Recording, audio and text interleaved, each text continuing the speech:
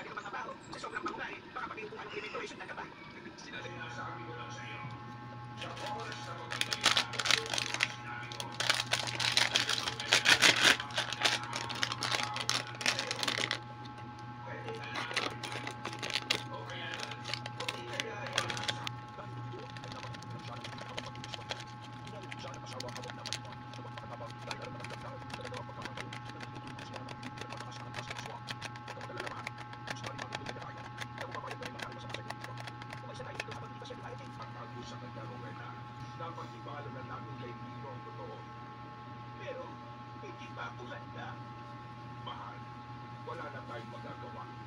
Kahit gusto natin isama ang ating sikreto hanggang kamatayan, ay mabubulag at mabubulag ito. Sa ayuman natin at sa gusto. Mas pupusin mo bang malaman pa ni Tito ang totoo mismo sa hayop na Alberto na yun? Hindi ko alam. Pero ang mas ikinatatakot ko, paano kung kunin niya sa atin si Tino at tuluyang ipasa ang sumpa sa kanya? Siguradong malulungkot si Sandra. At ayaw ko mangyari yun. Ayaw ko maging ganap na aswang si Tino, mahal. At saka na natin isipin niya. Ang importante sa ngayon sa atin dapat mismo manggaling ang katotohanan at hindi sa ibang tao. Hindi kay Alberto. Punas ng Grabe kalami. ano ang sinasabi ng asawa. Inani bagyapon mo mukha og champurado ha. Ay nakapagdesisyon na nga silang isiwala at nakanay. Nahanap lang ng Gemma sa ating Rena para masabi ang sa malipunong para sa Itubag mo no. ay naghalikan na sila bago matulog ng magkayapa. Kami ay? Ha? Ilang